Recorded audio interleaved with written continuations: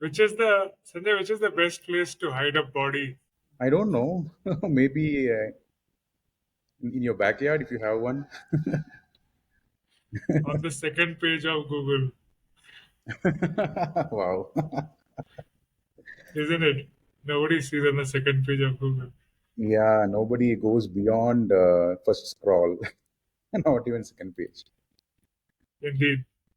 Hello, everybody. Welcome to another episode of Rocklaz Radio. Today onwards, we are going to tech and other niche in our podcast. And today Kosuri. joining us is Mr. Sanjay Kosuri, who is a senior product manager in marketing.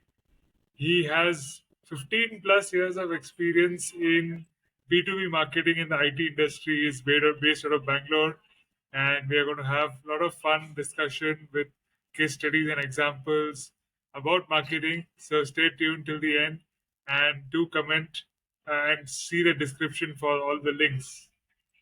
Let's go. Sanjay, welcome to the show. Could you please tell a bit about yourself and your experience? Yeah, definitely, Tanmay. So, thanks everyone. And first of all, thanks to Tanmay for hosting me on this show. I know a podcast and the YouTube videos are the way forward to learn more about different topics. And I'm thankful that, you included B2B as one such topic. So I have a close to 18 years of work experience. So I'm from Andhra Pradesh, particularly specifically from Visakhapatnam. So I did my engineering in electronics, and then I moved to Bangalore, did my MBA here. I started my career with SAP Labs as a research analyst in their competitive and market intelligence team, and then moved to HP as a business analyst, and then I had a pretty long tenure at IBM for about close to 8 years, where I performed different roles, starting from competitive intelligence manager to a portfolio marketing manager to digital strategist, and finally I also had a bit of experience in as a data strategist before exiting IBM.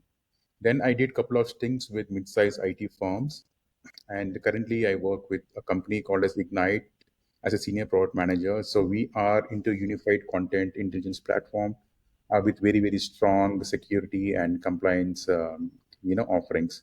So in nutshell, that's about me.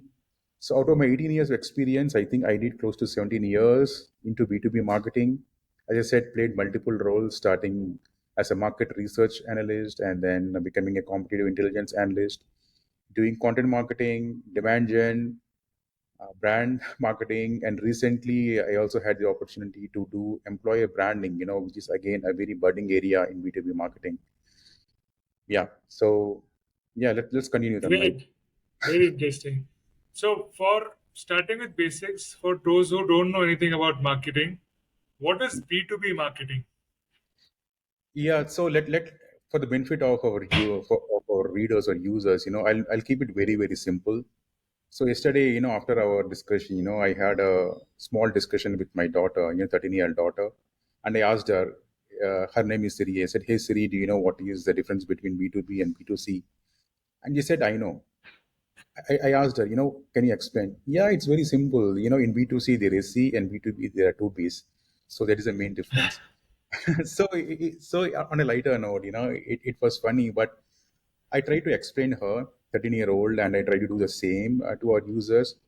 See, B2C is more like a love marriage, right? You have a boy, you have a girl. You don't need to market yourselves to anybody. If the boy likes the girl likes the boys, you're good to go and get married. B2B marketing is more like a arranged marriage. So you have to sell the boy to the girl and then girl to the boy, and then you need to sell them to their parents and vice versa, to their neighbors, to their close friends, to everywhere across the chain. And after that, the horoscope should match, and then the finances should match, the economics should work out, and finally they'll take a call. So this is the basic difference between B2B and B2C marketing, right? And when you ask me what is marketing, marketing is very simple. It's a very systematic approach in creating awareness and demand for your products and services. Now, the textbook marketeers or professors may disagree with me, but I'm trying to keep it simple for the benefit of our users. So, as I said, B2B marketing is very complex compared to B2C because the number of decision makers starting with the person who uses to the person who writes the check, multiple people are involved. And as a marketeer, unless and until you understand the buying process in the organization, you will always fail to effectively market your product and make a breakthrough into an account. So that is how different parameters work in B2B marketing. As a side note, B2B marketing means business to business, and Yeah, B2C means business to customer or consumer. business to consumer, business to customer. Yes. How is marketing different from sales? See, marketing and sales go hand in hand. See, sales can be termed or looked as a transactional activity, even though it is not. Sales has a very defined KPIs. KPIs means key performance indicator. Okay, if I'm a seller, I may get a sales target of achieving maybe 1 crore in a quarter. So it's very transactional. The KPI is straightforward. For marketing, the KPIs are entirely different, and it's not about always bringing the revenue, right?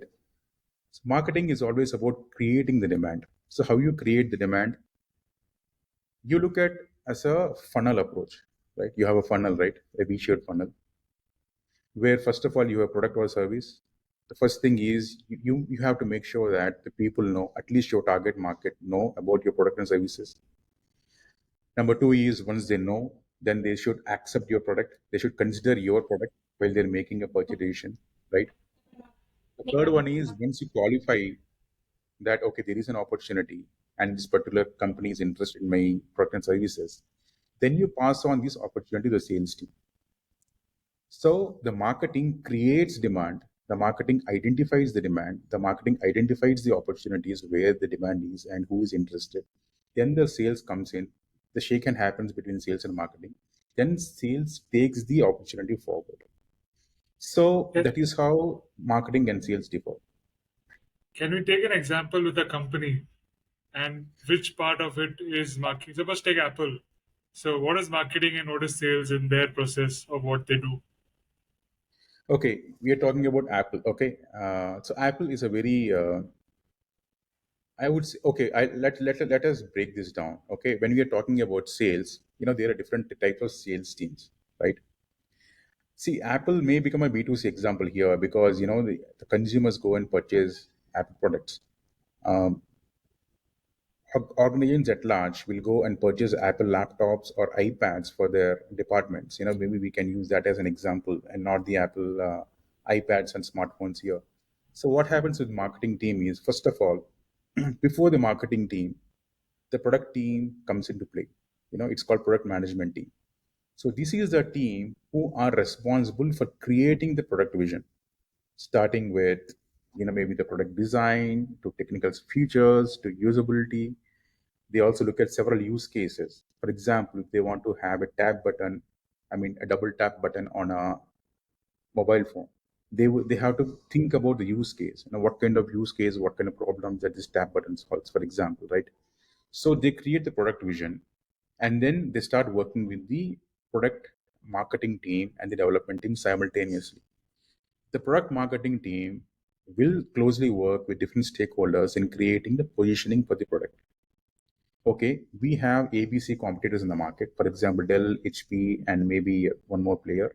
How are we different from the other players in the market? For example, if you're talking particularly about Apple, Apple laptops or devices are known for exceptional user experience, right? They are known for exceptional cameras, they are known for security, and they are known for stability of the software performance. It never hangs, right? It never breaks, nobody can hack it. All these benefits that Apple delivers compared to the nearest competitors like HP, Dell, or other. And the design is sleek and it makes you feel valued, if you have a Apple laptop in your palm, because it adds to your personality. So using all these different advantages, they come up with a product positioning message. After that, the next step is they need to identify where the demand is. Okay, how they identify demand? They identify demand based on many factors, out of which primary source of information is the market research and market growth. Okay, With- there are five or seven continents on Earth. Okay, where the demand is. Okay, where they are seeing buying potential. Is it in US markets, European markets, Indian markets? They need to pick a market. And then the marketing will start doing a market entry. It's called market penetration.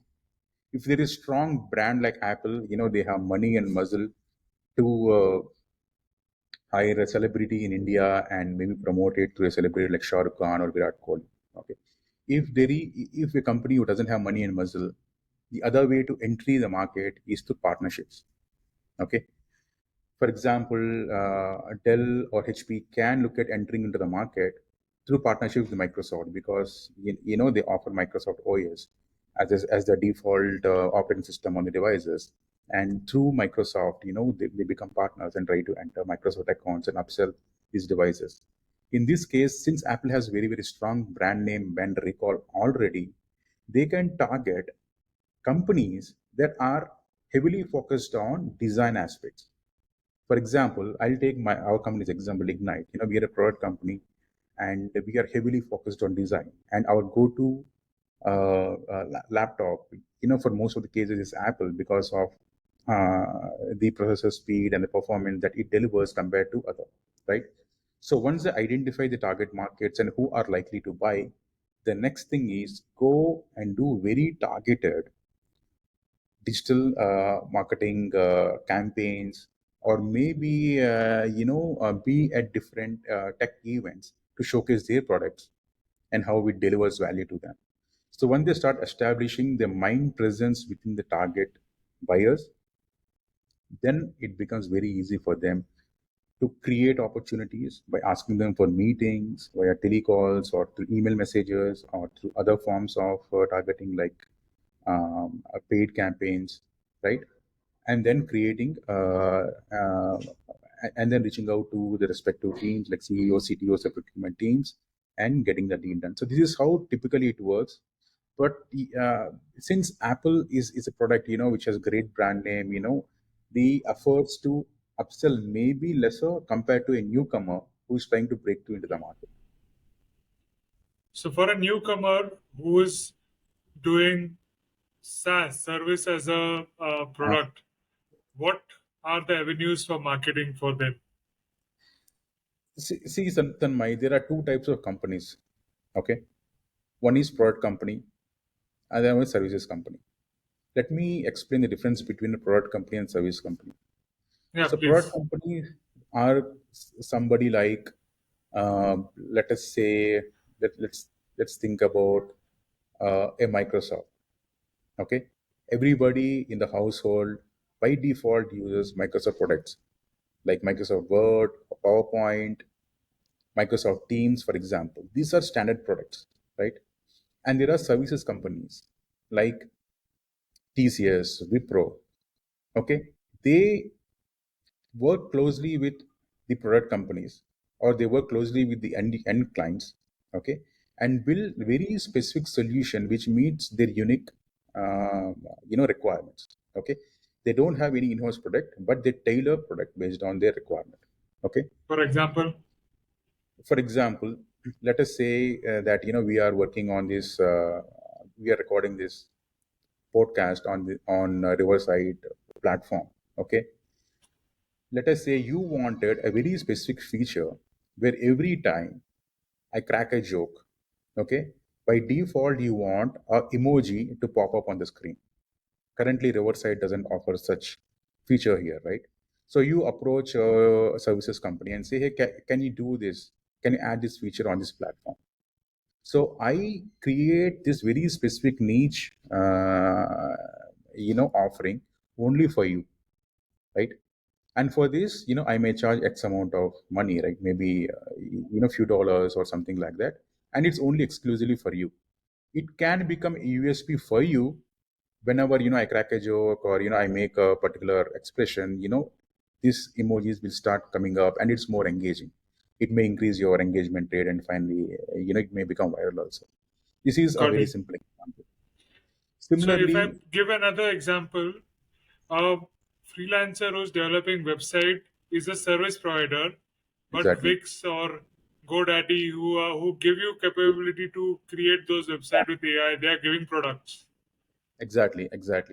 So what happens is most of the B2B companies, when you're talking about B2B companies, and we're talking about banks, financial institutes, or manufacturing companies, all these companies, serve to the masses. When I say serving to the masses, a bank will have millions of customers. A manufacturing unit may have thousands of distributors, right?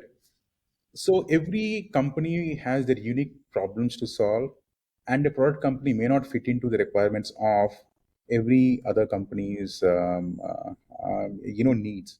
That is where the services company becomes very very important in bridging that gap between the product companies deliver product offerings as well as the end user requirements. So how to market a entry level SaaS company? Okay, first What is of the full all, form of SaaS? SaaS is software as a service. Okay. So if you ask me to explain what is software as a service, for example, we use So it's a Gmail. product or a service. Software as a service is a product. Okay. But let me explain. It has service as a keyword in the definition, but you're saying it's a product. Okay. Let me explain how software as a service works. Let us. What is the difference between a own house and a rented house? Okay, software as a service is like a rented house, right? So if you are purchasing a product, okay, you install that product onto your laptop, okay, it's your proprietary, okay, you have the license, okay, and you use it for how long? Nobody will disturb it, and you can use it for your lifetime, no questions asked. The same thing happens with your own house. You can stay in your own house, no questions asked. It's all yours. But when it comes to rented house or rented property, okay, you rent it for a year, right? And it comes with some preconditions, right? Okay, you have to pay the electricity bill on time. You have to use only, you have to pay extra to use additional services like Clubhouse and others, and things like that. And you have to pay extra for car parking area and things like that. Okay. And after every year, you renew it and then you continue using it. But what is the difference between rented house and own house is in own house, you need upfront capital to purchase it. But in rented house, you don't need upfront capital, right? For how long you want to stay, you'll stay, and you use it for the amount for the number of days you stay in that house. Same, the concept remains the same with software as a service. It's like And you're also in renting. the Huh? rented house, the maintenance and the taxes are paid by the owner, not you, Oh no, isn't it? So exactly, updates exactly. 2.0, 3.0. Exactly. So what happens in software services is in you go and you subscribe for a service for a year and you buy add-ons. For example, as a default, you may get 1 terabyte storage space to utilize. If you need more storage, you pay a little extra, you buy extra storage and use it. You may need some additional software features like converting a PDF document, I mean Word document into a PDF document. You pay a little extra, you get it, right? And you use it for how long you require, and then you unsubscribe. So the capital cost will be very very less. At the same time, it's easy to acquire, easy to start. You don't need to break your head on installing. You don't need expert support in setting up the system. Everything is taken care by the vendor itself. So that these are the advantages. Okay. So for any newcomer in software as a service, it's very, very important to identify the product niche. Okay. See, the software company is crowded now. I mean, you get solutions for any problem that you define on this. The first and foremost is to defining a product niche. Okay. What problem are you solving? And number two is how will it benefit the end users? Okay. And you and what is the give back to them? So when I say give back, are you saving time? Are you saving money? Or are you helping them to get better in terms of streamlining their operations or helping them in their innovation? or maybe helping them in any form that will deliver a short term or long term economical benefit. Only if you have this, then you can think about entry into the market. The second thing is always identify who are your target audience. Target audience are the audience who use it, end of the day. Okay. And you identify who are the influencers, who are the decision makers. Okay. Influencers are the people who can be internal to the organization and external to the organization. Who can be internal influencers? For example, a project manager can be an internal influencer. Your colleague can be an influencer who recommends a solution for your problem. Number three, decision maker. Who are the decision makers? These guys, these are the people who set the C level, like CEOs, CTOs, chief financial officers, chief technology officers, chief information officers, chief executive officers. So once you do this, the third and most important thing which we need to keep in mind is there an opportunity for this market, and what is it? Opportunity size. Okay. If I'm position, depending on that, I have to position my product into the market. I know that my particular feature has 100 million opportunity in US. Okay. So my out of 100 million, my product can look at grabbing, let's say, 2% or 3% of market share. It is 2 to 3 million to start, which I think is very good number for a startup to target and go into the market with. Once the company is very clear in these three things, like what is my unique selling proposition of a product, who are my target audience, and is there a market opportunity or not. Once you have these three things, next step is to thinking about a market entry strategy. Should I partner with IT vendors who are in the market already? So if you want to partner with IT vendors or IT service vendors who are already in the market, you go and target and market your product to IT vendors. You got it right? Or should I go and directly market my product to the end users or the target companies whom I want to do business with? Okay. So once you are What are clear with, examples of IT vendors? What are examples of IT vendors? let us say, let us take companies like TCS, Infosys, Wipro, and all these big service players. Okay. And there are more than 1,000 or 10,000 such IT service vendors in India and in US who are serving US markets. Okay. Among them, you need to identify with whom you can partner with. For example, if you are selling a online storage space, for example, right? Like Dropbox or Box, they are into storage and they sell online storage. Who they can partner with? They can partner with IT service companies who are focused on, let us say, media and entertainment industry. Who create a lot of files and who need a lot of storage space to save their files. You may partner with IT service vendors who are serving universities and schools when they create a lot of content and they need space to store it, right? So identifying the synergies of your product with the companies who likely to benefit from selling your services is very important. Okay. I have a question in that. So these companies are very big, Wipro and these companies Yes. that you named. Why would they want to tie up with somebody who's coming new to the market? Can't they just see that what he's doing and copy and provide their own service in that way? See,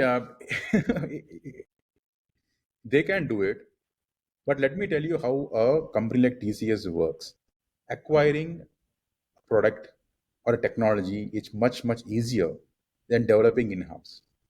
Oh, That is why I said, what is the USP? What problem are you solving? And how big is the opportunity that your product creates? If there is 100 million opportunity or maybe a 500 million opportunity, and you have a ready-made product to take it to the market, okay, I can partner with you. And by taking your product faster into the market, I'll get complete advantage, right? I'm sitting in a $100 million deal, and I play this your product as a trump card, saying, hey, you know what? I can solve this problem with this product. and we have everything ready for you to plug and play. And maybe the very next moment they say, okay, this looks interesting, why don't we get started with a small pilot and then scale it. Okay, I might have spent maybe 6 months or 1 year developing this product, and I might have built very neat skill set that may not be very easily to replicate and learn. Okay, if a company takes their own sweet time to build their in-house capabilities in developing this product, I may partner with 5 or 6 different companies, and they are already into the market at least 1 year or 6 months ahead in time, right? So the Time is money. biggest advantage of partnering up with a IT vendor is that it's easier for them to acquire than to develop their own. And secondly, if they're very keen and your product is solving a really good problem in a niche, they would even acquire you after doing a test run or a pilot run. Exactly. So if you look at many companies, like for example, could be Microsofts or Oracles or IBMs, any company, if you just go to Google and say IBM plus acquisitions or Oracle plus acquisitions, they are very, very aggressive in acquiring small and niche players, who they believe add value to their overall, platform or service offerings. It's very, very easy for them. See, let's not only look at a technology standpoint. As you said, technology can be built over time, and over time they can build better products and services than what startup or a new player can offer. Along with technology, the biggest challenge in today's market is the talent. Okay, acquiring talent, trust me, Tanmay, is a very, very painful process. Okay, and Painful. painful process, right? And along with acquisition, you get access to phenomenal talent in the market. In other words, it may take up to 2 to 3 years to acquire that kind of talent and build products and services that are valuable to the organization. Again, coming back to marketing here. So once you decide to take the partner route, then what you do is you start doing co-marketing activities. That means you promote your offerings along with your partner into to the companies whom you believe the opportunity is, and the marketing will always say, "Hey, my product and TCS or Wipro will deliver this benefit to you. Please come and work with us." Okay, as I said, marketing follows a marketing funnel. We create awareness. Once we create awareness, we create interest, and then we'll see if they really want to do business with us. I'll go in detail on how we kind of analyze the interest of the target audience, and then we pipe it to the sales team. Okay, done deal. If we want to directly go and sell to the end users or the organizations that we want to do business with, then we create very targeted marketing content messaging in making them understand how my product will solve their problem at different levels. For a user, we may talk about how easy it is to store files by just one click. We talk about usability here. Okay, if I'm talking to let us say a decision maker, CFOs or financial officers or CIOs, we talk about how my product can be an integral part of overall your company's vision and strategy. For chief financial officer, I may say that if you subscribe to my product, you will save at least 20% on your IT storage costs, which you can invest into your talent or into your R&D or into your expansion, right? Talking their language is very, very important. Always the need come first, benefit, and my product. Okay, if I go ahead and say that I have a brilliant product, they'll say congratulations, all the best. Always the need. Okay, save 20%, invest somewhere. How? I have a product for you, right? That is when they think that, okay, this guy is thinking about me, solving my problem. If I talk to a CEO, I'll talk about the vision. Don't waste your time thinking about how to solve my storage problems. Think about how to expand your business into new territories. We'll take care of your storage problems. Yeah, don't worry about it. CEO thinks that, okay, these guys are taking one pain point from my table, let me do something else, right? This curated messaging across the chain is very, very important to become a very successful B2B marketer. If you go with plain vanilla messaging across the table, it doesn't work. So when you go to CEO, go with the vision. When you go to CFO, go with the cost. And who are the other influencers and how would you approach them? So, chief technology officer is one influencer, chief information officer is another influencer. When you're talking to CTOs or CIOs, you talk about multiple factors because they think about security, they think about compliance, they think about integration with existing software and services. So, once the delivery managers or the project managers, start endorsing your product internally, then all these discussions happen over workshops where the IT vendor will do and demo the product, will create some pilot test cases to show how this product works with other products. Maybe I may have Adobe I may be using Adobe for designing and you're bringing some other software. Will they talk to each other? Will I have any compatibility issues? So as a vendor, I'll go and demonstrate such questions, in a one-on-one meeting and try to convince them and influence the opportunity. So this is what happens. The involvement of various stakeholders differ based on the type of purchase they make. So, CEO may spend. uh, uh Please go ahead. so CMO, the Chief Marketing Officer, what would you say? What would you pitch to a CMO? No, I mean, what would I say to a CEO or CMO? CMO, what would you Uh-huh. say to a Chief Marketing Officer to sell your product, which solves the marketing issues? Let's understand what kind of products that a CMO purchases. A CMO may require a CRM software, customer relationship management software, okay, to run his marketing campaigns. Along with running marketing campaigns, the customer relationship management software will also save customer data. Okay, so as a CMO, one of the biggest pain point for any CMO is understanding the customer. I mean, if I know what is in the customer mind, and for me, it becomes very easy to give that offer to him.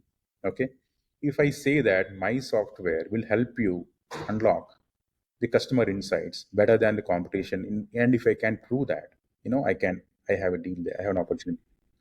So understanding this requirement, as I said, very, very important. Since they are in the market and they understand, what works, what doesn't work.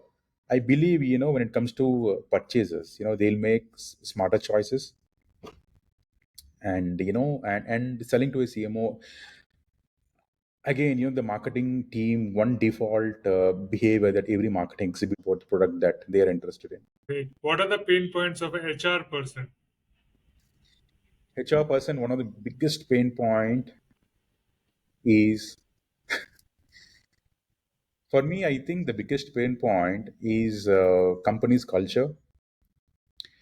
Why I say it is the biggest pain point now is because after COVID, many things have changed. Okay, and I'll tell you my real life example of why company's culture plays a very, very big role. So after IBM, I joined a mid-size IT company called as Amazon Technologies. They are a mid-size boutique IT services company, which has brilliant culture. I used to go to office every day, engage with our team, brainstorm the ideas, and then yeah, runs very specific targeted marketing campaigns. After Amzor, I joined a company called as Value Momentum. Again, that is a very niche focused, IT service company. Go to office every day, interact with the people. Yeah, be work very, very closely with the C-level executives. Everything went well. And after that, COVID happened, and we started working from home. After from Value Momentum, I joined EY, Ernst and Young. Okay, Ernst and Young was one of my dream companies to work with because of the brand name that it has and the work culture that it has. But unfortunately, 90% of the time or 95% of the time, I was supporting my teams remotely, working remotely, interacting with my teams remotely. honestly, I couldn't able to experience the real EY culture, right? What happened with that is, when I quit EY, unfortunately, I did not felt bad that I was leaving a great culture. The company is phenomenal. I'm not complaining about that, but I couldn't able to experience that. If I experienced EY, maybe I might have spent more time and had that stickiness with that brand. I think this is where the HRs are facing phenomenal challenge in terms of keeping the remote employees engaged and experience the culture and reduce the churn rate. That is one. Yeah, that is And what. the other one would be recruiting, I guess, which is the pain point, as you mentioned, recruiting talent. See, then my recruiting has always been a pain point. I'll tell you one example, man. I mean, this opened my eyes. I was working with a company, as head of marketing, and you don't believe I interviewed more than 50 people for a role, content marketing role. Okay, I was not getting candidates, right? The first question the content writer used to ask is, Sanjay, give me the keywords, I'll write the content. I said, okay, I'll give you the keywords, but I want you to write original content. Okay, so I couldn't able to get any candidates. I interviewed, people were not meeting my expectations, and I said, let me go and hire from a university. I went to a university to interview masters in English literature candidates because I wanted somebody with good English knowledge. So I went ahead, I introduced my company. I have the first thing the candidates asked me is, Sanjay, your company sounds good. How much are you paying? I said, yeah, I'll pay to your expectations, so right candidate. I did not give a figure. To my surprise, 20% of the class, they stood and they walked out of the classroom, of that interview room, whatever. Okay. I was surprised, candidates are some candidates are very, very clear on how much they want to earn and what kind of companies they want to work with. And I'm good with that. They did not waste their time and my time either. And then I gave them a report, a two-page report, and I said, write, do a precis writing, in short, summarize it. Despite being a MA literature candidates, again, I struggled shortlisting them. One person, it may sound funny, but he wrote saying that, why are you hiring people, with good English literature? I'm very, very good at native language. Why don't you give me an opportunity? I mean, I'm telling you all these funny stories, examples, because, all as a recruiter, once you are into the market, you have to go through all these different pains, until you land to a right candidate. But after many attempts, after many months, I could able to get content writers, who matched my requirements. Just imagine, the AI is a buzzword here. Everybody talks about AI. Everybody says that AI will eat into the jobs. But one basic question is, how many people understand how to work with AI? Okay. How many AI users do we have right now? Right. So that actually started opening up new opportunity called as AI consulting. I just don't sell you AI product, but I'll also teach you how to use AI. I mean, that is an opportunity which evolved because people, don't have the expertise in understanding AI. So things like that evolved. And if you want to hire people who has AI expertise, trust me, it's going to be pain because there are very, very few people who understand AI and can build AI models.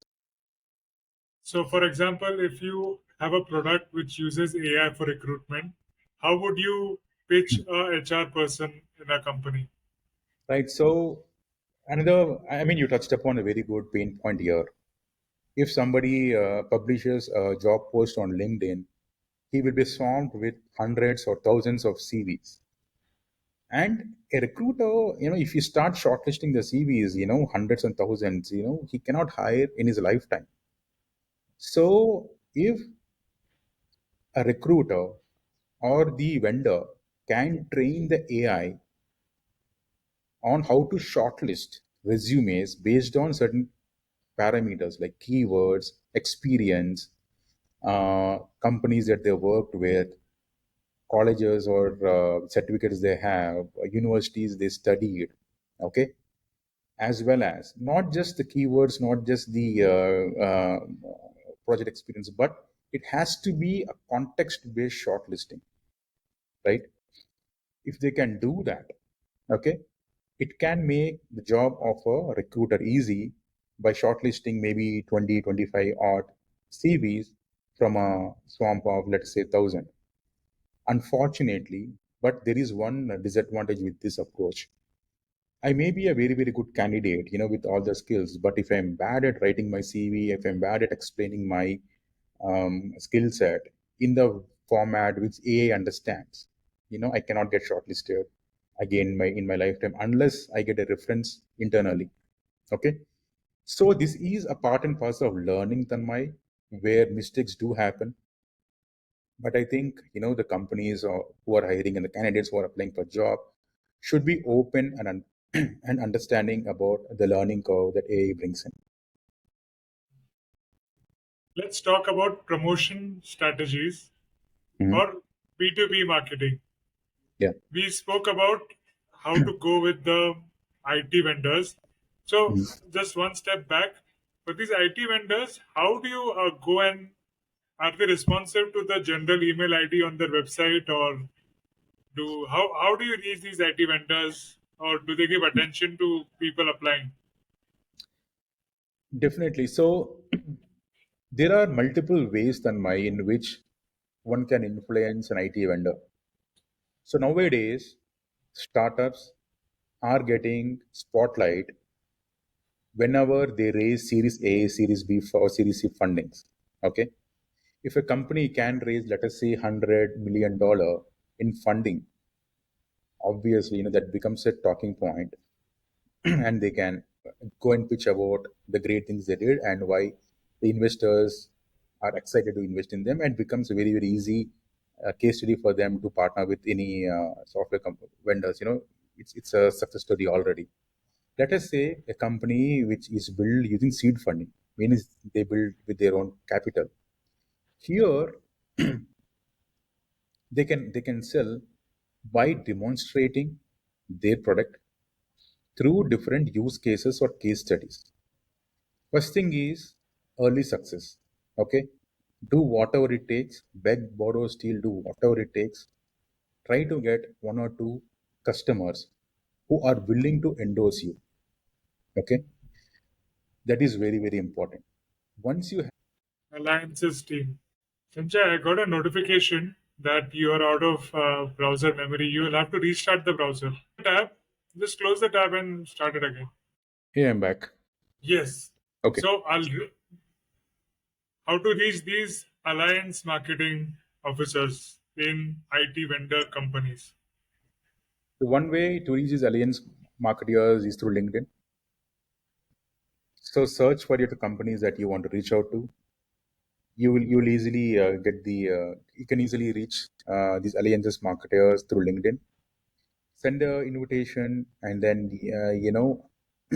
try to get an appointment with them. Okay, these alliance managers, once they see a demo or a promo of your product, maybe you can record a 1 minute or 2 minute demo of your product, share it with them, and if they're interested, they'll come back to you. Then have a meeting with them. If they're really excited, discuss terms and conditions, and then you can partner. When I say this, see, when it comes to execution, there are many layers in this. For example, these alliance managers will have to again pitch your product to their internal stakeholders. Who are these internal stakeholders? Again, the business leaders. Okay, one business leader may be focused on driving maybe focused on banking and insurance industry, and the business leader may be focused on maybe retail industry. So they need to understand where are the synergies in, and they have to pitch your product internally. And once there is synergy between the respective business leaders, alliance managers, and your product, the partnership happens. Okay, that is the shortcut. Okay, don't burn marketing budgets by doing digital ads and all. Okay, it is important to create awareness about the product, but if you are If you're willing to partner with IT vendors, I would say this is the best route. Okay. And coming to, yeah, please go ahead Com- before I. Coming to shorter vendors, you said the other channel was to directly go to companies. So let's Yes. take a different example in this case. Mm, If this product, if this mm. SaaS product caters to smaller companies or groups, Right. if this product So, caters to smaller companies or groups, how do you reach them and market to them? And what are their pain points and what would get them easily attracted to come and do business with you?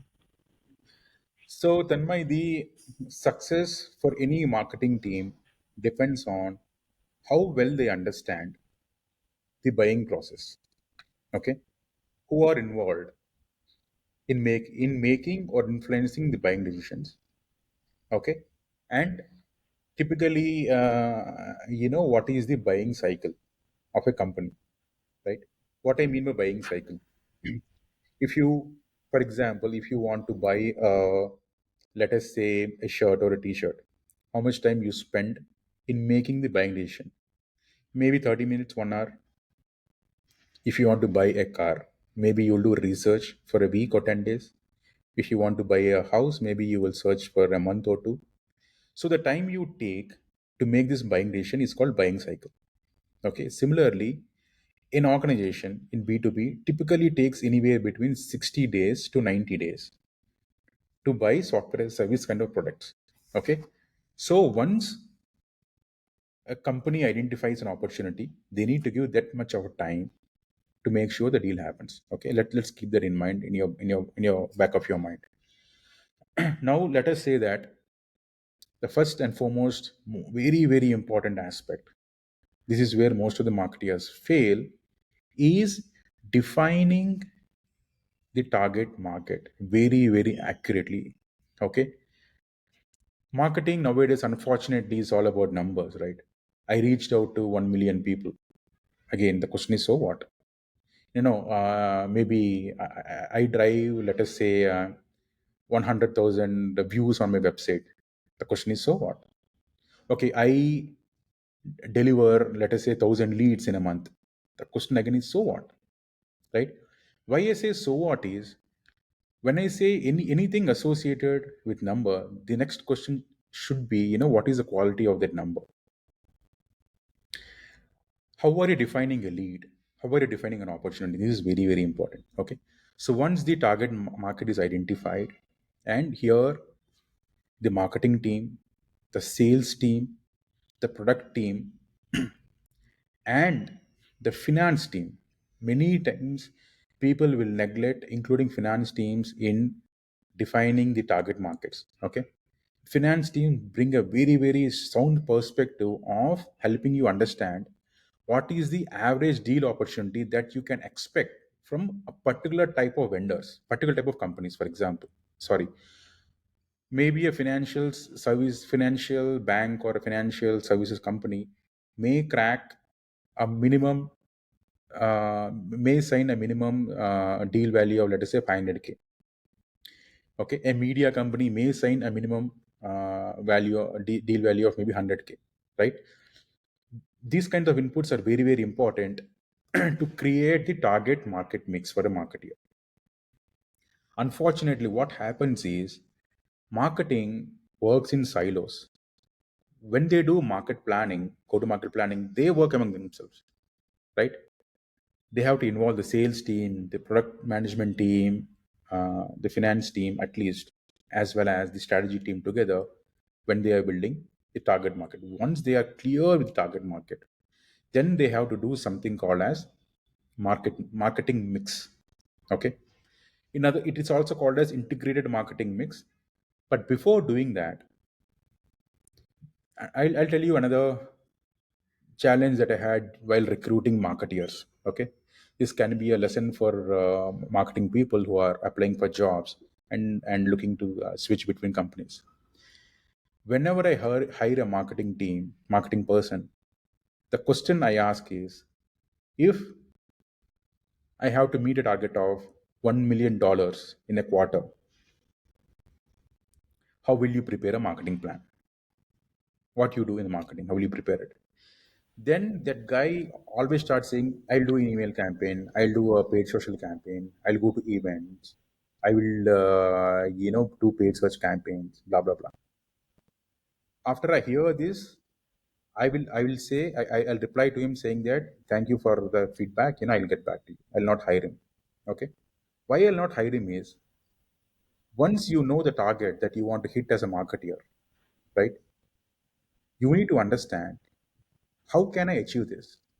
Who brings this revenue to the organization? Is it 10 companies or 100 companies or 1,000 companies? How many companies should I sign deal with to reach this number? That is Mm. where the input from finance team is very, very important. I will say, this is my target market. I want to reach out to 1,000 companies. Tell me what is the minimum opportunity value that I can expect from each of these companies. He will say, okay, opportunity can be 100K on an average based on your mix from each of these companies, right? So now I know, to hit 1 million target, okay, I have to reach out to maybe 1,000 or 2,000 companies based on the input that I received from the finance team from a deal size perspective. The next question is, I'll talk to the sales team and ask them, hey, what is our conversion rates? If I bring 10 leads, how many will you convert? He will say our conversion rate is, let's say, 20%. Give me 10 leads, I'll convert two. So out of two, I know from the finance team that I can clock 200K revenue, right? So to deliver, let us say, 1 million, I may require 100 opportunities at least to sign up. My opportunity is 20%, right? So I have to bring in at least 1,000 leads or opportunities. Once you are clear with this number, then you focus on marketing mix. I will look at all the channels that help me bring leads by looking at my previous campaigns. What worked? Let us say events help me bring 100 leads. Click. Emails help me bring 200 leads. I'll do email campaign. Media, paid marketing like paid ads, paid search brought me 100 leads. Click. And then influencer marketing brought me 100 leads. My partner marketing, co marketing brought me 100 leads. I look at all those things. Once I have this, the next thing is budget. By default, if I want to deliver 1 million of revenue, I will look at least having one sixth of the budget in my pocket. So one sixth of 1 million could be around 200 or whatever million, whatever it is, right? So that budget, based on which channel is delivering me more leads, I'll prioritize that. I'll channelize all my efforts into driving those activities like events, email campaigns, paid media, LinkedIn campaigns, working with influencers.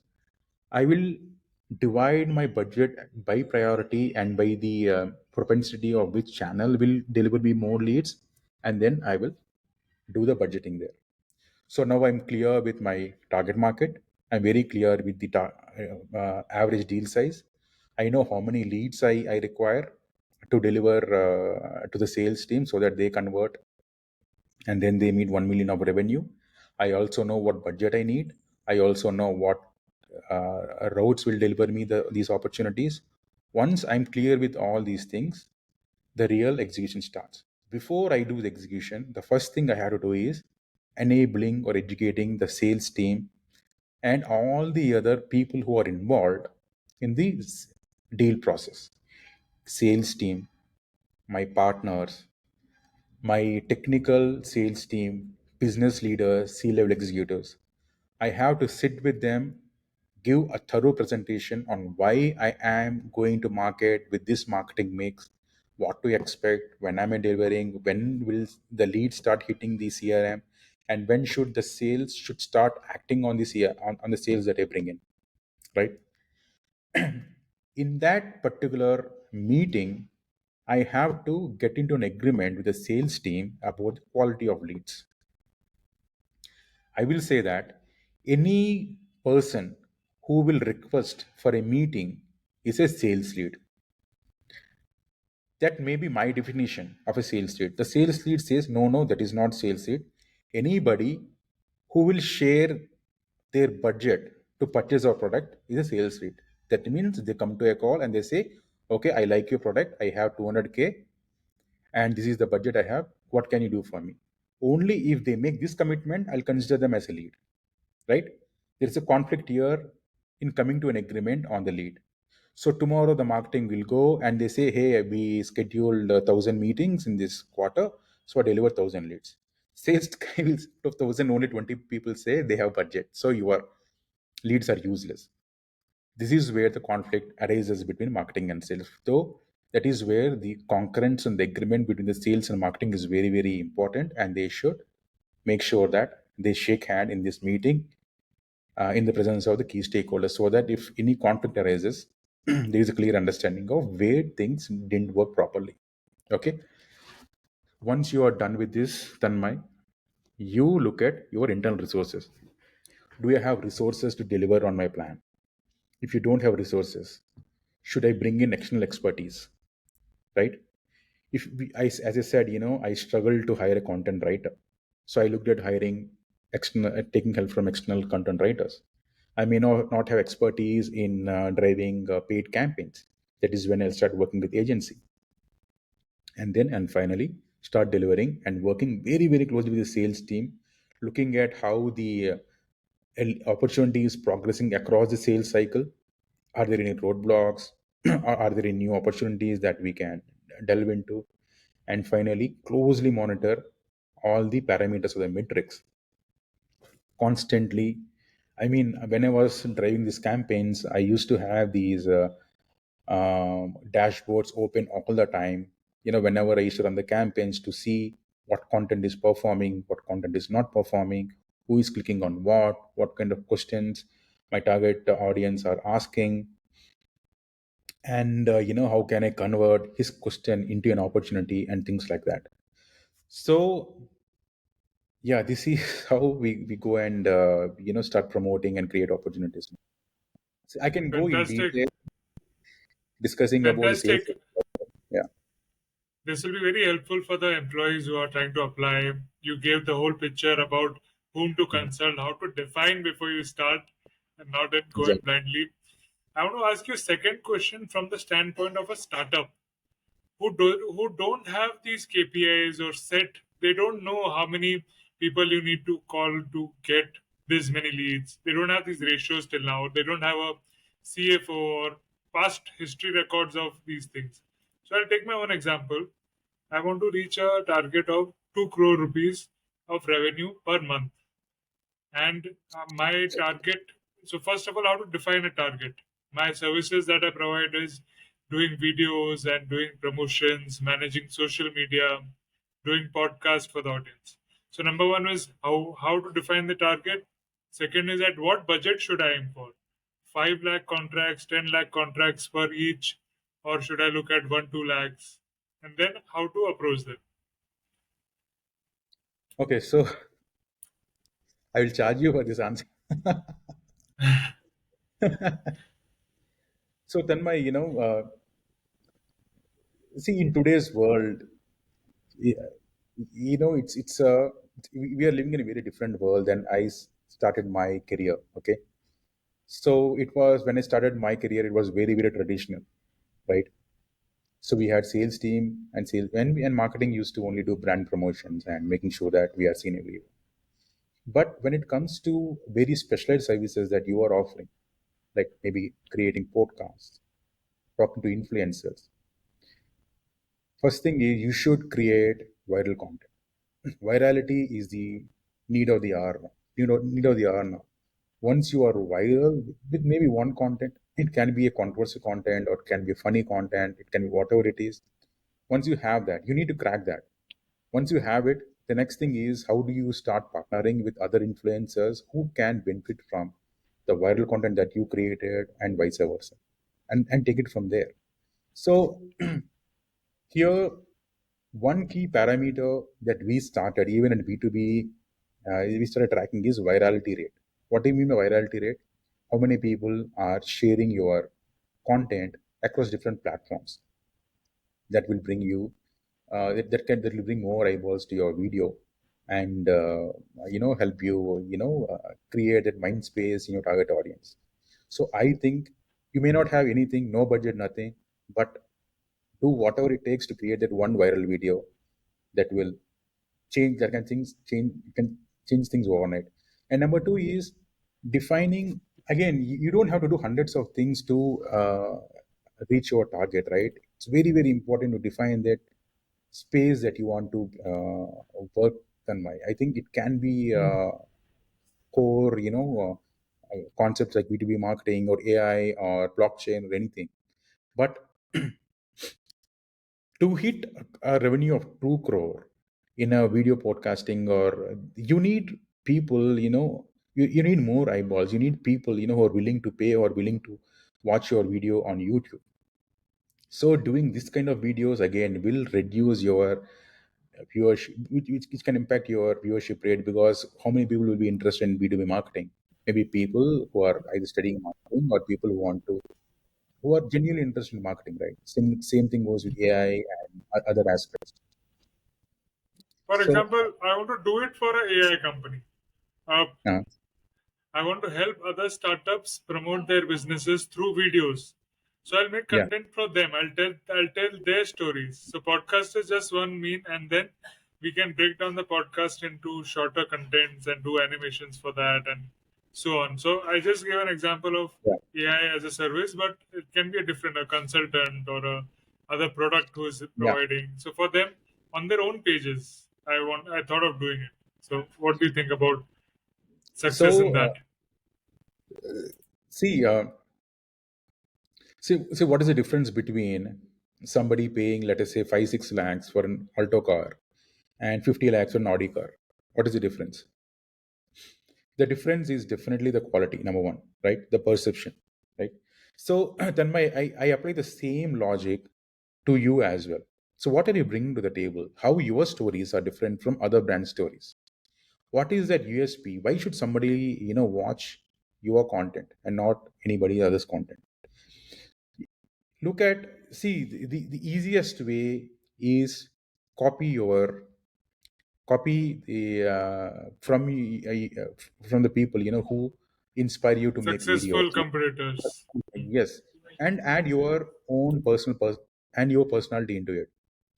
I think this is the shortest way and the smartest way to start doing that. Create a package and always go with your success stories. Tell them, what happens is we always focus on telling our stories.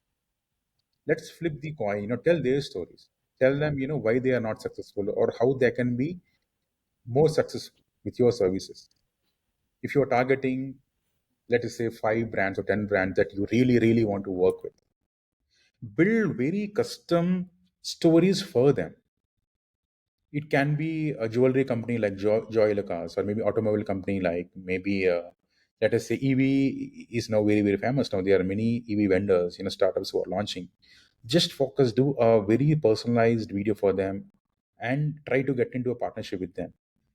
If that becomes viral, if that brings value to them, you are overnight star. So that is how that is one way you can do it. Don't sell your services. Show them in a way that they never thought about themselves, from a user's perspective or a consumer's perspective, which will appeal to users like you and me. That can be differentiated that you can bring in. I'm just giving an example. It can work or it may not work, but that is how I would approach. I'll not go broad. I'll go very niche, pick 5-10 players, and try to crack a deal with them by telling their stories from the perspective that adds value to their thought process, and they start thinking differently. And then they see value in your contribution because you are giving them for free, right? And it is a showcase of your skills. There's nothing for them to lose, but everything for you to gain. So I thought B2B would be a niche because not many tech founders are able to explain their ideas in a human connect way. So that's Right. where I could help them do that. But then the question was these people who are doing this, who are not capable, who don't have a CMO till now, will they have budgets to 5 to 10 lakhs to do the promotions in that way or tell the stories? Because B2C spends more on ads, I mean, creating content, right, compared to B2B. That is my understanding. What do you think? See, B2B spends a lot in marketing, okay? And there are some companies whose marketing budget is way way higher than their R&D budget. Okay, but you need to Oh, understand where are they spending the money, right? B2B spends a lot on content creation. You rightly said, we B2B, where B2B companies fail is, they are so obsessed with their product, because day in and day out they always talk about product development, R&D, project dashboards, reviews, ROIs. They share the same messaging, the same thought process to the marketing team. They also keep thinking about their product. Okay, how to market my product. First, stop thinking about the product, start thinking about the customer end user, then you will start telling the real human stories. Okay, one company does this brilliantly. Okay, is IBM. So IBM has a practice called as CSR, corporate social responsibility.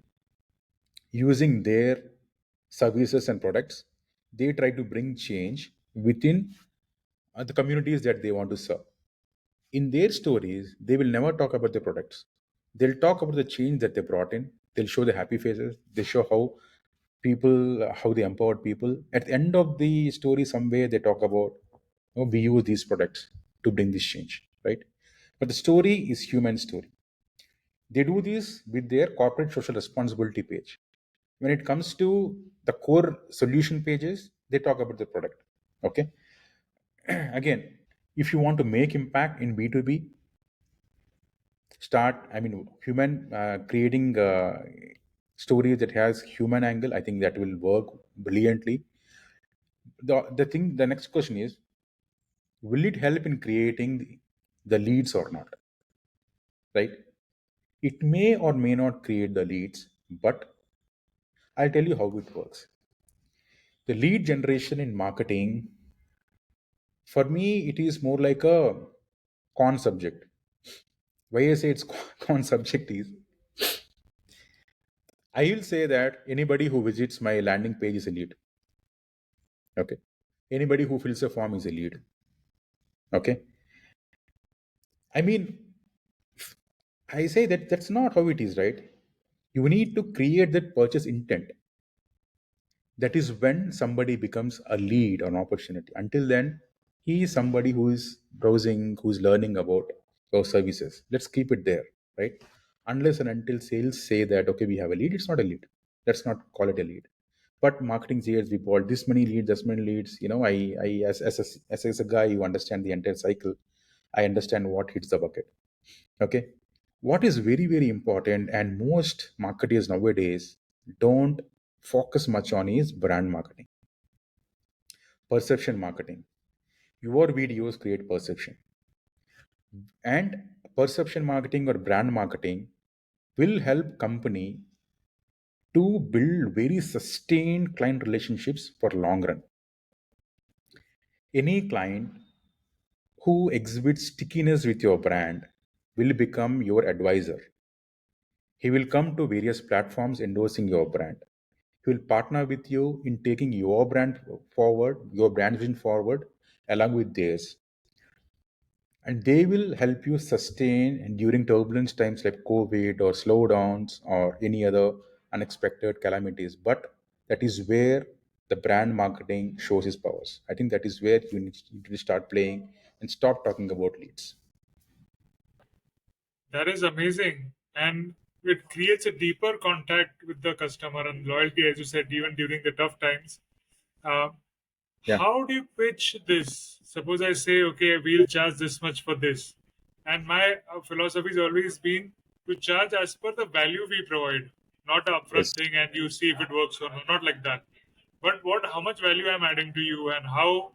So, what is the metrics to measure how much value is being added, or how would they feel, okay, this much is worth spending or more than worth what I'm getting for the money we spend in the Okay. promoting. Suppose for BM, for IBM, doing these videos on CSR.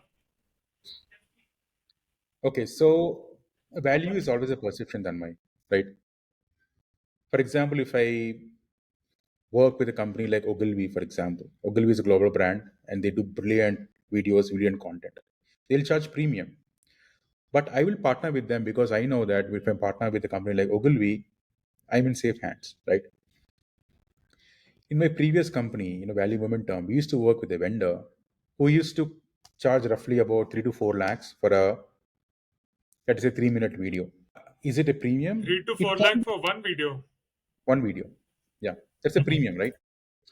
But we were willing to pay because of the quality that he brings in. Okay. Why, again, you need to showcase what you bring to the table. I mean, why should somebody partner with Tanmay to create a video?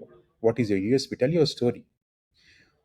Before evaluating any vendor, as a marketer, my finance team says, bring me at least three different quotes from three different vendors, and you tell me why we should go with one vendor. Okay. If you can get a place in those three shortlisted vendors, you're almost there. How you do that? Showcase your work on your platform, on your video. Use LinkedIn to reach out to a brand marketing team, communication marketeers, okay? Communication, internal communication managers. These are the people who are constantly in hunt for people who deliver brilliant content. If you can reach out to them with your content, you made it. They are willing to pay premium because, see, it, I can say I don't have budget, I don't have time. It's always prioritizing, right? And if you say a B2B company who is making 100 crore in a year don't have 2 lakhs 3 lakhs to produce content, I won't believe that. Even you will not believe that. It's always about priorities and all about convincing. Again, as I said, tell their stories, not your story. You say you have brilliant product but your positioning is bad. You position this way, it will help you get more eyeballs and it will deliver long term benefit, right? And you show it through your examples. I can do this for you. Do a very personalized pitch. Get into a meeting. Show your work, and it works. Again, the most important thing that nowadays marketers don't have is patience. Have patience and perseverance. Be genuinely interested. Don't try to upsell. Just say, I can do this for you. If you're interested, we can work. Trust me, 90% of the time it works. You don't believe, in one of my previous company, I loved the work of a company so much. Even though they rejected me, they said, I don't have to serve you. I was behind them. I'm a vendor, I'm behind the service company and asking them to provide their services for the benefit of my company. I chased them for 3 to 4 months, and once they had bandwidth, I was sure that I was on the priority list to come and serve me. So that is what quality delivers, or at the end of the day. Amazing. So you gave a slight example about yourself. I want to dive deep and ask you about the challenges, the biggest challenge you faced in your career in so many countries, so many companies, and how you overcame that. So, Tanmay, for the benefit of our users, I'll give a example. This is very, very relevant example, even for the companies that want to excel in marketing. Let us take a mid-sized company of, let us say, 1,000 employees or 2,000 employees. If you really want to market your services, pick companies that are less than 5,000. Okay, in employee size, 1,000 to 5,000 employee size should be your ideal target, because these are the companies who don't have very strong marketing teams. Okay, they have marketing teams who do job, but they won't have solid marketing teams like IBM's, Oracle's, and Microsoft's, because they marketers come at a premium price. They can be your ideal targets. Among these companies, 1,000 to 5,000 employee IT companies, just go and ask any person in a finance team or HR team or development team to describe what their company sells, or what are the products. I bet 90% fail to tell what their company is selling or the marketing. Okay. If a company cannot market to their employees internally about the product services, expecting their employees to market about their products externally, it doesn't make sense, right? If I cannot understand my company, my offerings, my value prop, How will I act as brand ambassador of my company? This is one of the biggest problem that we were facing in one of my previous companies. People don't know what are we selling. They are very happy coding, they are very happy testing a service, they are very happy doing financial transactions, they are very happy doing their own stuff. We wanted to break that culture and educate everybody about what the company is all about. That required a lot of internal branding. In other words, the fancy term is called employer branding, which involves internal comms versus how you brand your employees as stalwarts to external world, so that people are excited to work with you. Like how Google, Microsoft, everybody excited wanted to work with Google and Microsoft, right? Because their employees work as their brands. We wanted our employees to become the brand advocates of our company. This is where, and then there is another thing that I observe is that the C-level executives, right? See, they are the founders. They build their own products, and they love their product. And if they want the company to grow, I think they should stop loving the product or getting obsessed with their product and start understanding that there are challenges with the product. This is what I observe genuinely, because whenever I used to go and pitch about the challenge, they used to say, "Hey, everything is good. Yeah, why are you creating this one?" I understand their perspective because it is not in the priority list, right? So to break that, that is where we started doing internal communication, explaining about our products and services, telling our customer stories. But again, there is no stickiness into the market. We really wanted to do something very viral internally, and then at least make them feel great about the company they are working with. That is when I started to break the traditional thought process and doing something out of the box. So this all happened before COVID. That is when we started, engaging with this third party guy, who is expert in creating the branding and perspective marketing. Worked with them. He came up with some brilliant ideas. Right, our company has different departments. Each department, we named each department with a specific theme, which is surrounded around the core value that they offer. We had t-shirts printed, we have mugs printed, we had bags printed, we have selfie booths. We started doing mini events within the organization. We even instead of we took some budget out to organize company meets and quiz programs and things like that. This exercise happened over a year, and after 1 year we see we see a very observable change where whenever we talk about any new offering or service, people at least were aware that okay, this is what we do and this is how it benefits, and the level of stickiness has improved. It impacted in overall retention rate. Earlier it was 16% or something. We could bring it down to 8 to 9%. That is one story, right? See, here I'm not talking about leads. I was not talking about revenues. I was not talking about target markets. I'm talking only about fixing my house before going and fixing the problem of my customers, right? Trust me, Tanmay, 90% of the companies that fall into 1,000 to 5,000 employee size companies have this problem today. And they are not serious about it, unfortunately, right? So, yeah, another area for you to go and target. I want to follow up with a question. A company should reach such a level where their employees can explain what they're doing even to their mothers and relatives. How can they do that? See, you are asking, that's a very tall ask, Tanmay. See, these quotes, they sound very well, to watch on TED shows and talk shows. But when it comes to reality, it's very, very difficult because I'm sure 90% of the employees don't understand what the company does end to end.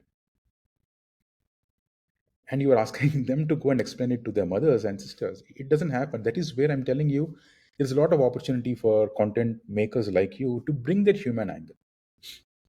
Okay, how you can say that, for example, my company creates software solutions for a hospital.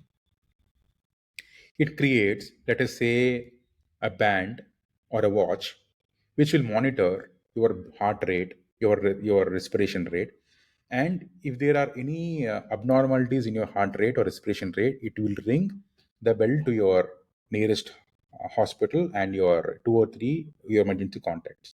Okay, For you, this is a product that you are offering. How will you tell your story? You have to tell your story from the lives of the people who you shared with your product. A young girl may be so overwhelmed, so happy that her father is coming back from the hospital because he is the sole bread earner, and now they know that her father is back and they can, you know, they can. Sanjay, once again, you will have to restart the browser. It says there's less space on the hard disk. So, are you using incognito mode? Yeah, go to the regular. Yeah, I'm back. Can you hear me? Yes, I can. Thank you for restarting that.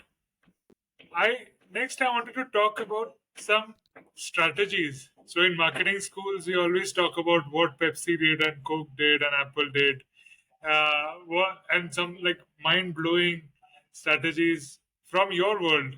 Could you share some? Okay, so here we are comparing B2B and B2C, right? Let me talk Yeah, about they a popular. mostly discuss B2C in the companies. So yeah, it'll be great to hear B2B strategies, promotion campaigns. Okay, so in B2B, most of the promotion happens. Let me thinking about one of the campaign. Okay, let us take example of IBM here. IBM ran a very successful campaign called as Think for a very long time. Okay, I don't know if you remember, they had a laptop called as ThinkPad. Okay, they were the pioneers in introducing analytics. They are the pioneers in introducing the AI. um, I mean, even before we have Facebooks and Instagrams and all these social media, they introduced a product called as IBM Connections. I work in that division, which is social media for enterprise, right? So it's only one word campaign. Think, that's all. And think is a very, very powerful word, right? What do you mean by think? Thinking is the one that changed the course of the world, right? A person, instead of sitting, he thought and he made a wheel, and we know how it changed the world. So they made this thing so popular that everybody who used to think about IBM, they used to think that, okay, this company is an innovative company. They bring new product into the market. And since the target market again is the B2B companies, B2C players like you and me, who are focused in Pepsi's, Nike, Adidas may not know about this, but this is one of the very, very popular campaign that IBM has run for about, I don't know, for 4 or 5 years. And by default, IBM means think bad, think, innovation, right? And So from So, whom were these campaigns targeting? Were they videos where they just had the word think, or how did it go? see, it's a combo. Forget about video, forget about the format of the content and mile. Let us focus on the stories here. What story you want to tell? You want to tell a story Hmm. about a student who want to become, who want to crack, let's say, IIT, and he took help of, he was practicing all the mathematics or physics problems or whatever on his laptop, and his laptop was so wonderful that it never hanged. Processors are so powerful that it made his life so easy. He became agile, super fast or smart in solving the problems, and he cracked IIT, and finally he has become a scientist in a NASA or somewhere. Okay, this is a story. If you want to tell, how will you tell this story? You can write a blog, you can do a podcast, and you can do a video, and you can do 100 other things with that. Okay, and then comes the marketing mix here, right? How and where you want to promote this story. If you want to promote this story on YouTube, you do a video. If you want to promote this on social media, maybe you do a social media, maybe a GIF kind of a campaign, which shows randomly plays something. So everything depends upon the story you tell and the route on how you want to go ahead and reach your target audience. That is where the mix comes in. For IBM thing, it was a mix of many things. IBM had huge hoardings near airports, busy airports. For example, Bangalore airport or Delhi airport, Mumbai airport. These are the airports where senior executives will land from different countries, and the first thing they see is IBM Think advertisement. Okay, it is in their mind. While coming back from airport to city, they look at strategic areas, and they invest in holdings. Okay, then there is a recollect, right? And then you go and open your LinkedIn. There is a pop-up, an ad saying IBM Think. If you want to know how we are delivering some of the innovation around AI, download this report. If he's excited, he'll download. If he's not, he'll ignore it. But using all these different touch points in marketing, we call it touch points. Okay, one touch point is an airport, another touch point is hoarding, third touch point is your LinkedIn, fourth touch point could be uh, something like IBM might have partnered with Swiggy's or Amazon's or maybe Zomato's. You just supply the packaging with IBM logo, IBM Think logo on it, and you ask Amazon to package their product in this new wrapper. And again, you can see IBM Think on Amazon delivery packaging as well. That is one more touch point. So there are multiple touch points, and it's everything depends on you on how effectively you want to use it. At the same time, everything comes with a cost, and how much money you have to invest across all these channels. Brilliant. For the story of the IIT student using the laptop, that's a bit of consumer centric story. Yes. How would you make a think story for targeting a CFO, CMO, or employees in a company? So think story is again a brand story, Tanmay. We are not selling any product here as such. We are selling the core, what do you say, philosophy of the company here. IBM think we are an innovation company. You want to partner with innovation company? We are ready. That is an awareness stage. If you look at marketing funnel, first thing comes the awareness stage. We want to create a perception that IBM is an innovation company. Then, if you are interested as a CFO or a CIO, what innovation you bring to the table and how it is relevant for me, then you start digging into very specific areas where you have a requirement. It can be how can I automate my vendor payment process for a CFO, right? For a CIO, it can be how can I look at security risk dashboard. Okay, so in one dashboard, I may want to see where is the threat coming for likelihood of threat coming from. It can be one use case. Then they start diving deep into each of these areas. So once they click on a link and come to a particular section, at the back end I know that who is interested, and then I start targeting them with very specific query to create opportunity for that particular solution. So that's how it happens. But here it's perception, right? I'm an innovation company. That is what should come to your mind first. Innovation company. Always Yes, think, whenever you think about innovation, you think of IBM. That yes, should yes, be where it yeah, should hit. yes, yes. As Amazing, I said, amazing.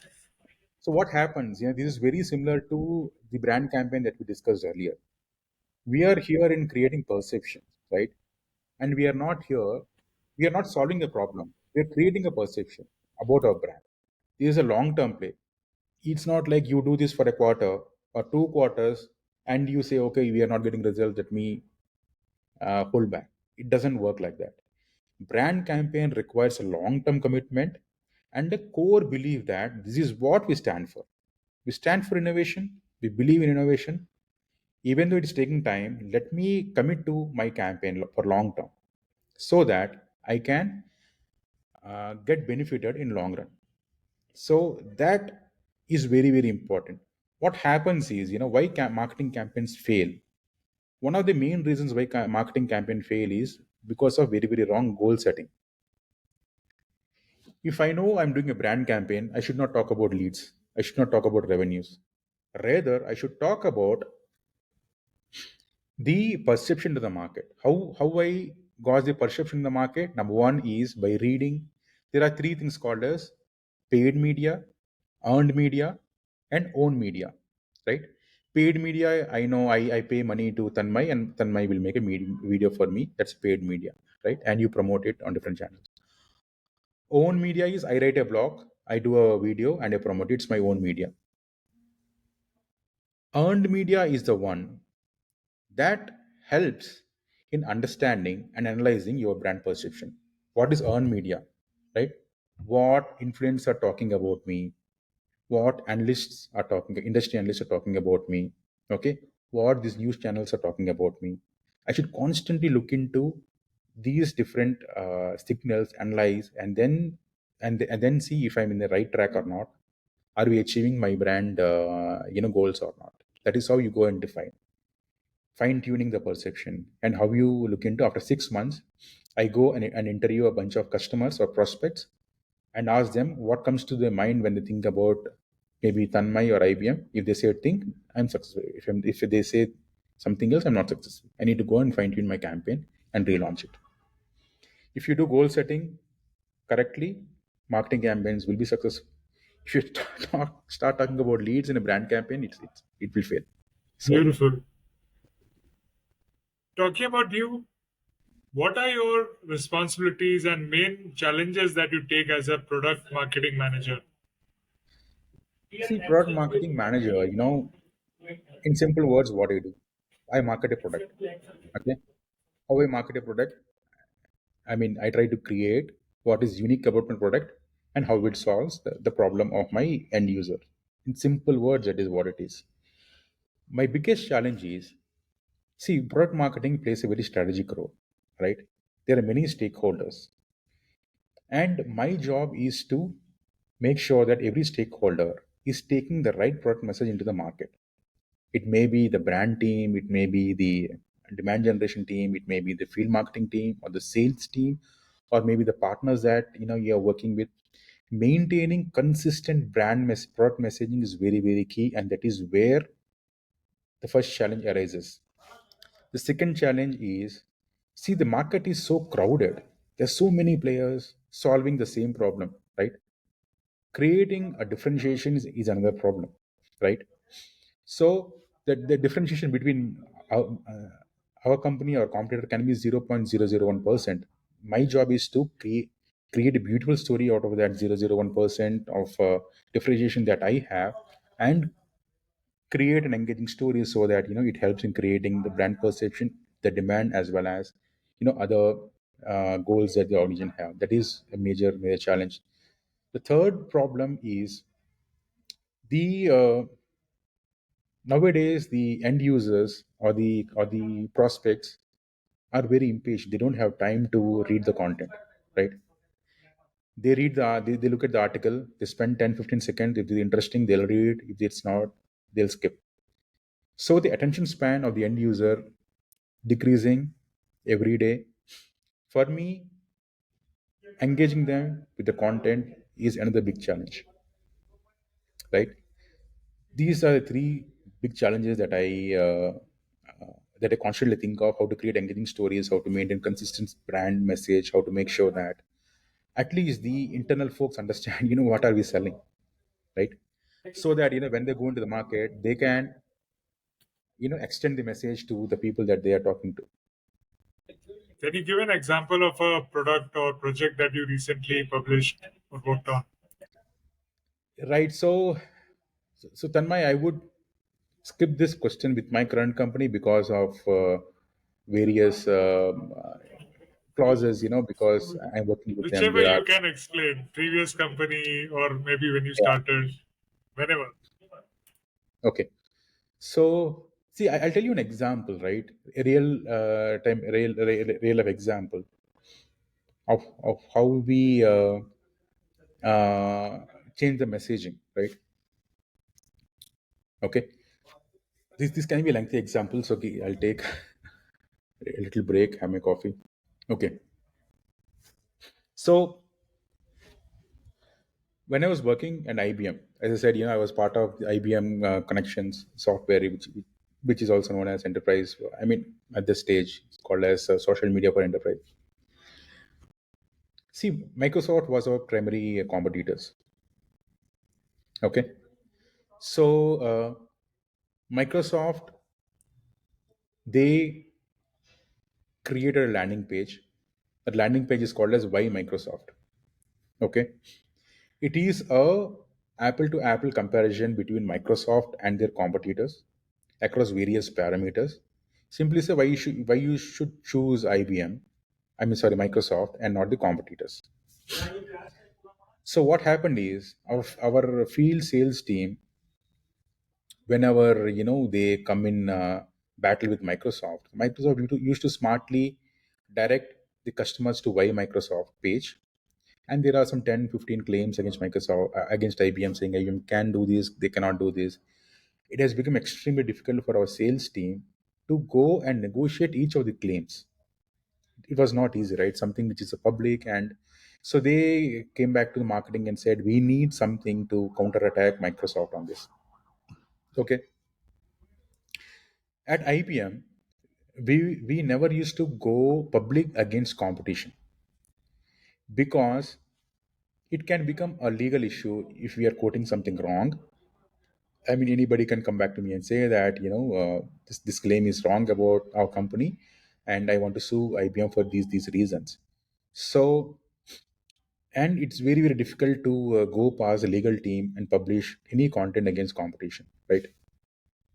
But we had to do this. A lot of pressure from the stakeholders, from different stakeholders, saying we need to do something. Okay, the internal enablements are not working. We need to put something out there in the market. So that is when we started building counter strategy, saying, why IBM and not any others. I was leading this project. I mean, start to finish, from the messaging, from the design of the website, to various reports that support our claims against our competitors. It really challenged me, because creating messaging is competition. I have to be very, very conscious about not quoting or misquoting anything about them. And number two is convincing internal teams that we can go against competition on public platforms.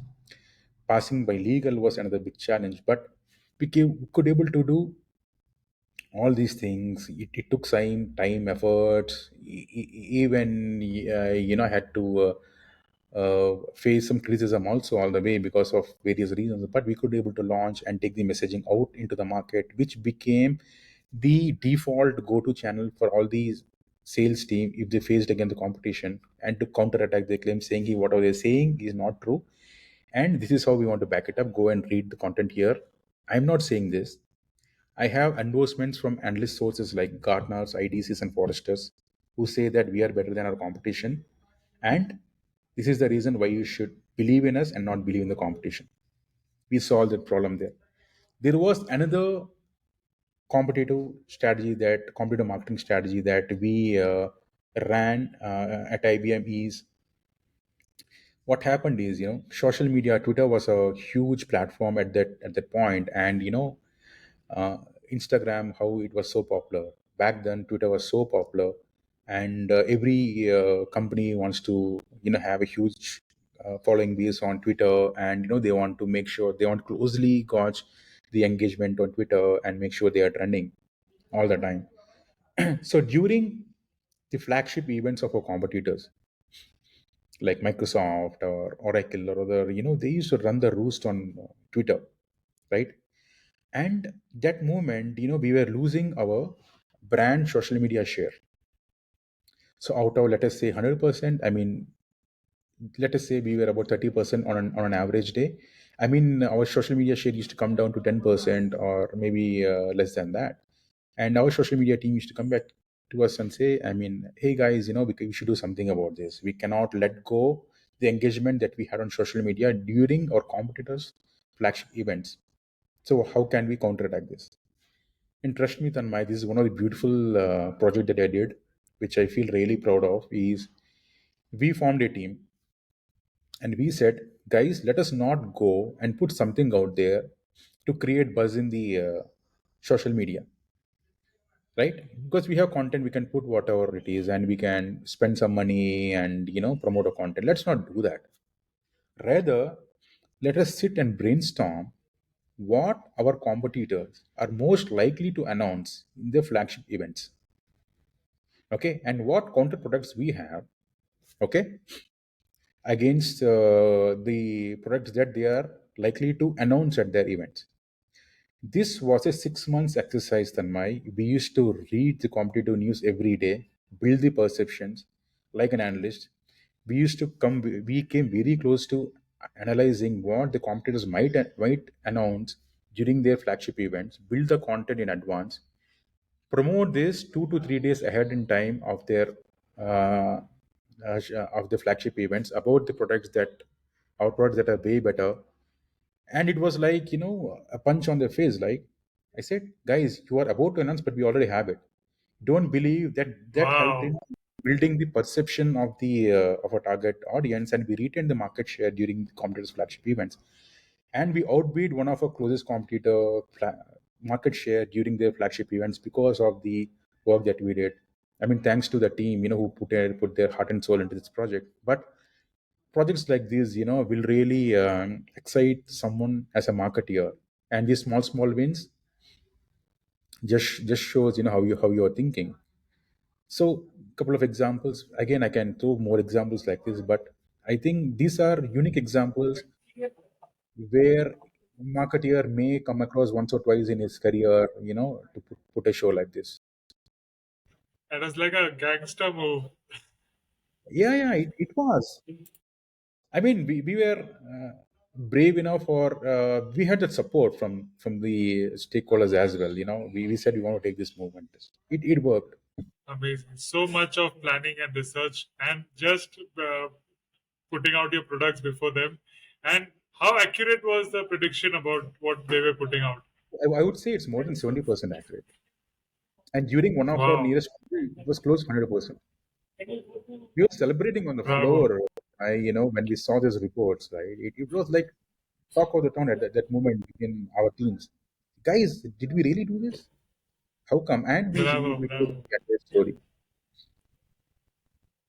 Wow. You talked about shares in social media.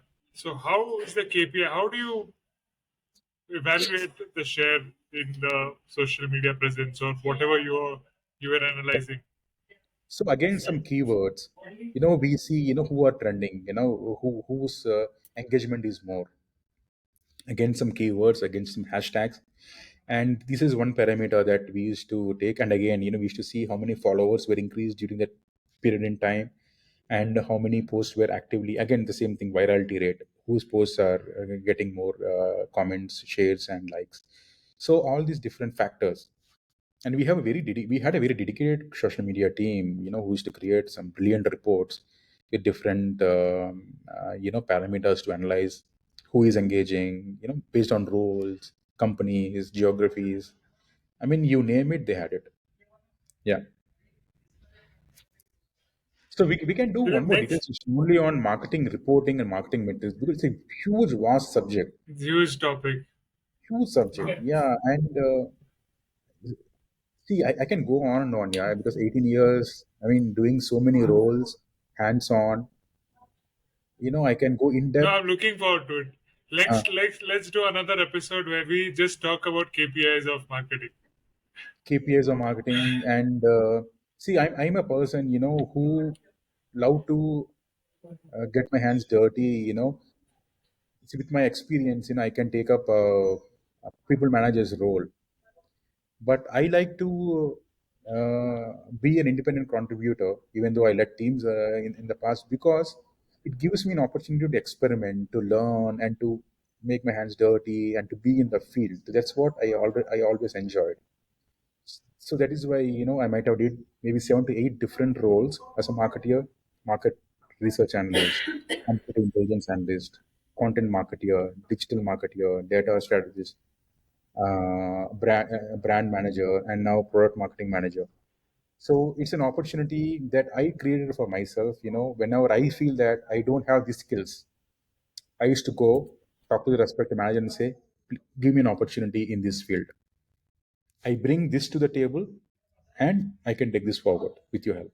I mean, there are some brilliant guys who trusted in me, gave me opportunities, which in turn helped me to build the skills and the knowledge, whatever, I'm sharing here today. So, as a marketing manager, not only with the competitors, but you have to also sell yourself and your idea to your Yeah. superiors and the stakeholders. So my question is, who is not a marketeer? You are a marketeer. You are trying to sell your podcast, and I bought it, right? Similarly, everybody is a marketer in an organization. The only thing is they don't believe that they are a marketer. That is where I keep coming back saying that, how many people know what your product sells in your organization. So you are the marketing team, as long as they work in silos, they continue to struggle and suffer, and they will be cornered because they'll struggle to meet their KPIs because they are not making their team as behave as marketeers internally. It's very important. Next question. As a marketer, you have read a lot and you have seen so much of the market and you have seen it grow. I want to know about Bangalore as a IT hub, Bangalore, sorry, Mhm. Bangalore as a IT hub, Silicon Valley of India. How was it back then and how has it grown? How is it now? Oh, so that's a good question, Tanmay. So back then, it was. Do you want me to answer from a marketing perspective or a general IT industry perspective? Open end as you feel. Okay, so I'll do both. Let me answer from a marketing standpoint. See, when I started way back in 2006 as a market research analyst with SAP Labs, there was no concept of digital marketing. All we had was a website. That's all, right? Digital marketing gained prominence in 2010, 11, and it peaked in 2013, 14.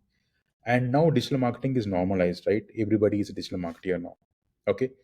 So during that transition, what I observed is people wanted to become digital marketeers.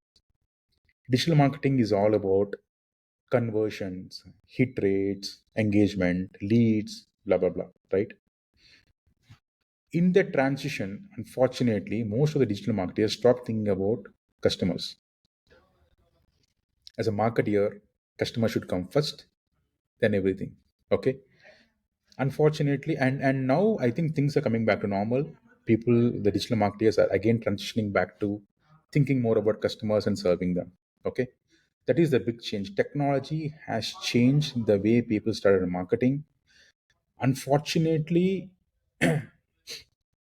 due to the same technology, thinking about customers has taken a backseat for certain period of time, which increased the sales cycles. But now things are coming back to normal. So this is the transition that I'm observing in marketing. It was traditional earlier, focused only on brand messaging, events, digital marketing, gave great opportunity to reach out to masses at large. And contrary, it also kind of impacted the sales cycles and marketers becoming more technology oriented than human oriented. And that is where I keep saying, we are so product obsessed, not customer obsessed, right? That is what And happened. that's where we come in. And that's where we come in to humanize your marketing.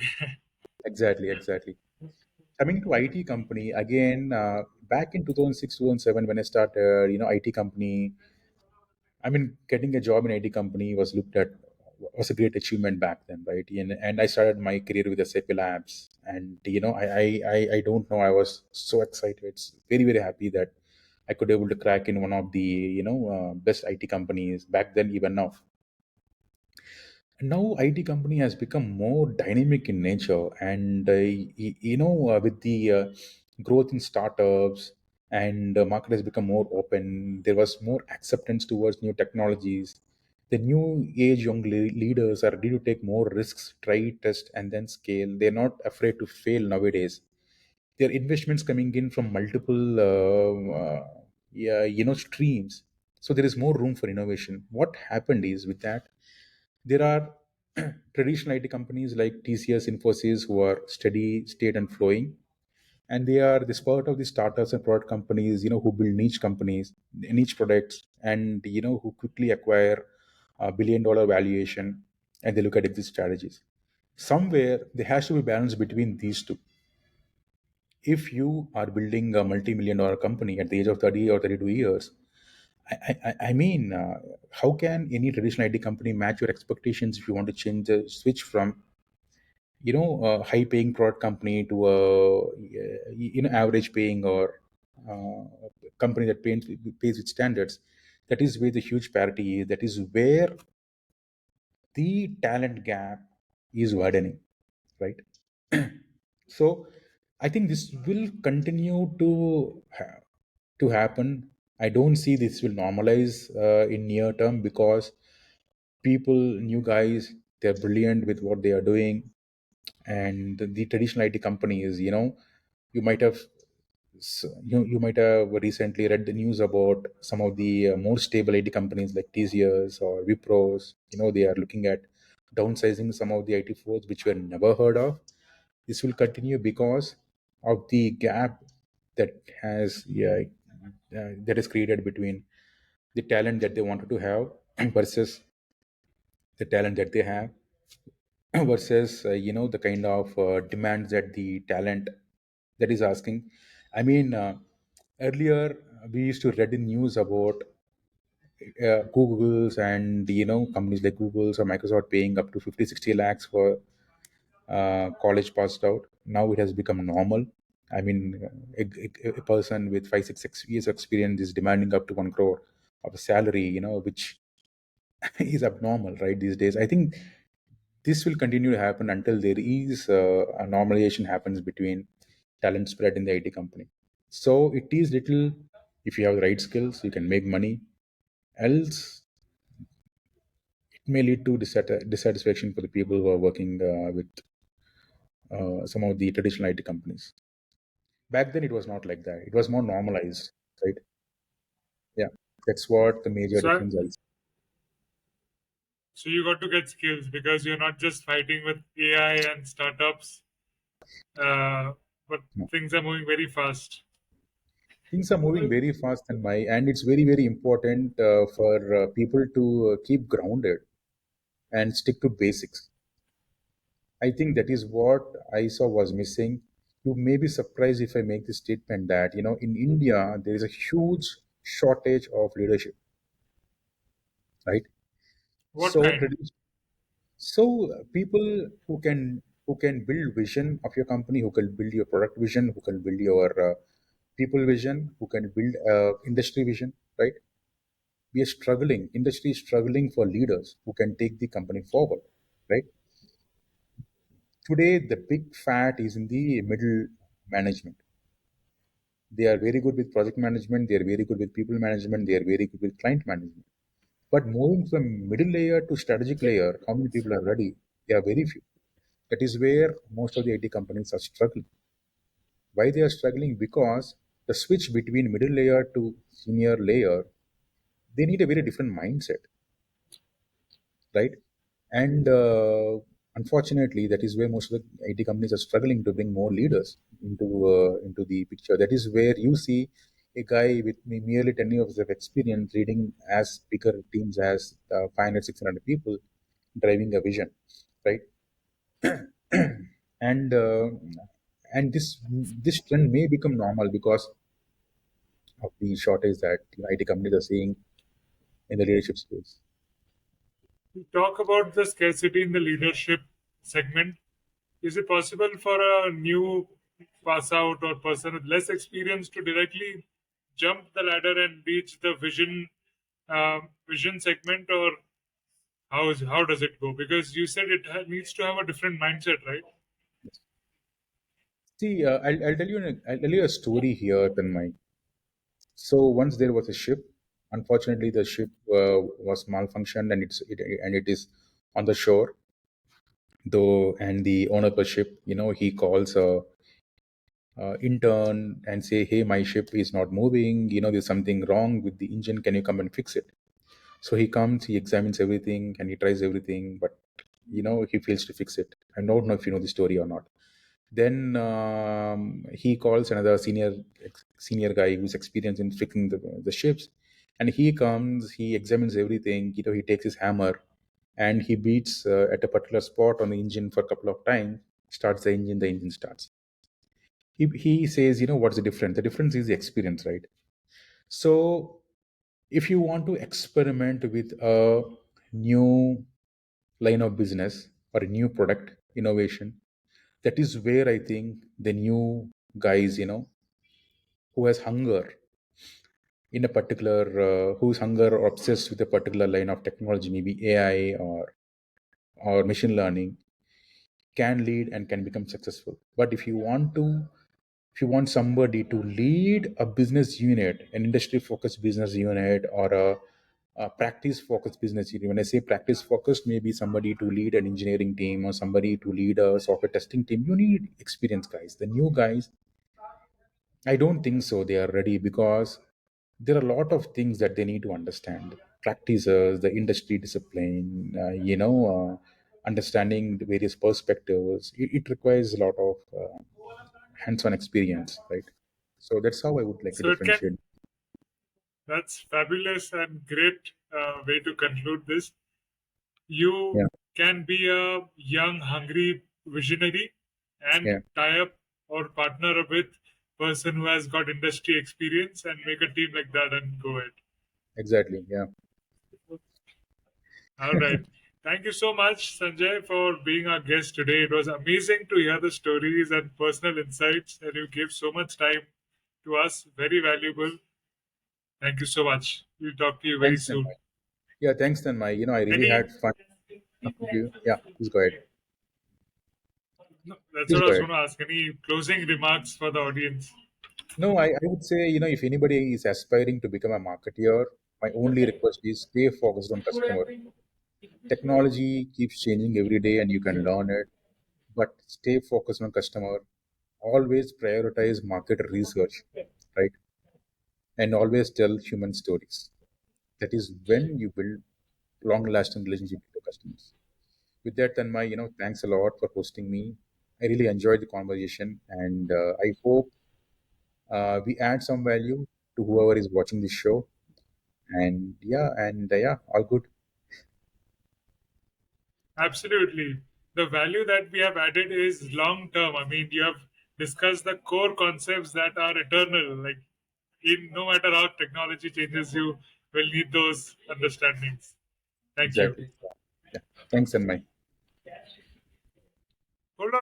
This episode is brought to you by Tanmay Shah. That's me. Best way to support this show is by sharing this with your friends and dropping a comment and review on YouTube, Apple Podcasts, and Spotify. You can become my patron and a sponsor. That's not all. You can buy Rocklaz merchandise and NFTs and much more. See all the links in description for details. Rocklaz Radio with Tanmay Shah. Rocklaz Radio. Rocklaz. Rocklaz. Rocklaz. Rocklaz Radio with Tanmay Shah.